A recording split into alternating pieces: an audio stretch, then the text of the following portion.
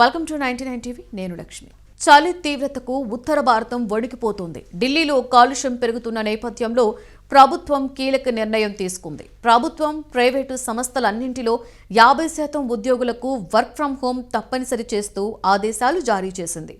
నిబంధనలు ఉల్లంఘిస్తే కఠిన చర్యలు, భారీ జరిమానాలు విధిస్తామని హెచ్చరించింది.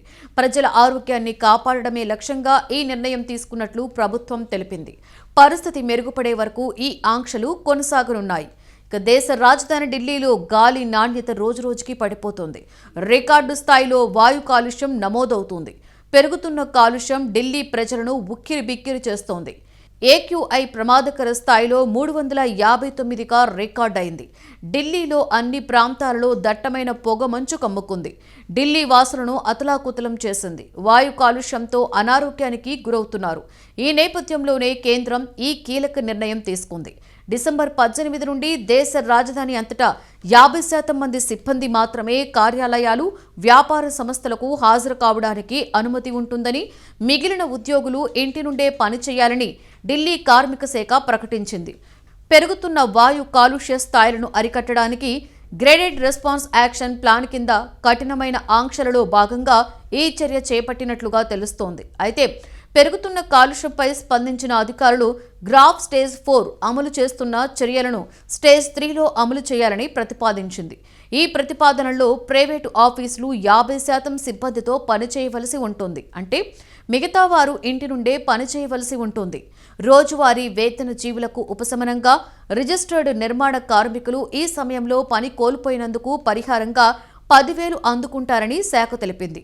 నిర్మాణ కార్మికుల రిజిస్ట్రేషన్ పోర్టల్ తెరిచి ఉందని, దీనివలన ఎక్కువ మంది కార్మికులు నమోదు చేసుకుని ఆర్థిక సహాయానికి అర్హులు కావడానికి వీలు కల్పిస్తుందని అధికారులు తెలిపారు. బుధవారం ఉదయం ఢిల్లీలో గాలి నాణ్యత స్వల్పంగా మెరుగుపడినప్పటికీ గాలి నాణ్యత సూచిక 328 వద్ద నమోదైనప్పటికీ ఈ ప్రకటన వెలువడింది. దట్టమైన పొగమంచు అనేక ప్రాంతాలలో దృశ్యమానతను ప్రభావితం చేస్తూనే ఉంది.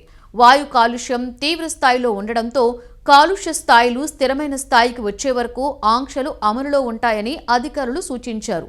అంతేకాదు నివాసితులు బయట ప్రదేశాలకు వెళ్లడం, పిల్లలు ఆరుబయట ఆడుకోవడం వంటి ఇతర కార్యక్రమాలు తగ్గించుకోవాలి అని కోరారు. గాలి నాణ్యత ప్రమాదకర స్థాయికి చేరడంతో సుప్రీంకోర్టు సూచన మేరకు ఈ ఆదేశాలను ఇచ్చింది. దేశ రాజధాని ఢిల్లీతో సహా యూపీ, పంజాబ్, జార్ఖండ్, పశ్చిమ బెంగాల్తో సహా పలు రాష్ట్రాలలో ఉష్ణోగ్రతలు పడిపోవడంతో చలి తీవ్రత పెరిగింది. ఆయా ప్రాంతాలను దట్టమైన పొగ కమ్మేసింది. విజిబిలిటీ దారుణంగా పడిపోవడంతో పలు విమానాలను రద్దు చేశారు. మరికొన్ని విమానాలను దారి మళ్లించారు. ఢిల్లీలో ఉదయం ఎయిర్ క్వాలిటీ ఇండెక్స్ 498కి చేరక సాయంత్రానికి 427 వద్ద స్థిరపడింది. ఇది ప్రమాదమైన స్థాయిగా అధికారులు పేర్కొన్నారు. తీవ్ర పొగమంచు కారణంగా ఢిల్లీ విమానాశ్రయంలో విమానాల రాకపోకలకి కూడా అంతరాయం ఏర్పడింది. పలు విమానాలు రద్దు కాగా 5 విమానాలను ఇతర విమానాశ్రయాలకు మళ్లించారు. ఉదయం 10 గంటల తర్వాత కూడా దట్టమైన పొగమంచు కారణంగా కార్యకలాపాలు ప్రభావితమవుతున్నాయని విమానాశ్రయ నిర్వాహక సంస్థ డైల్ ఎక్స్లో వెల్లడించింది.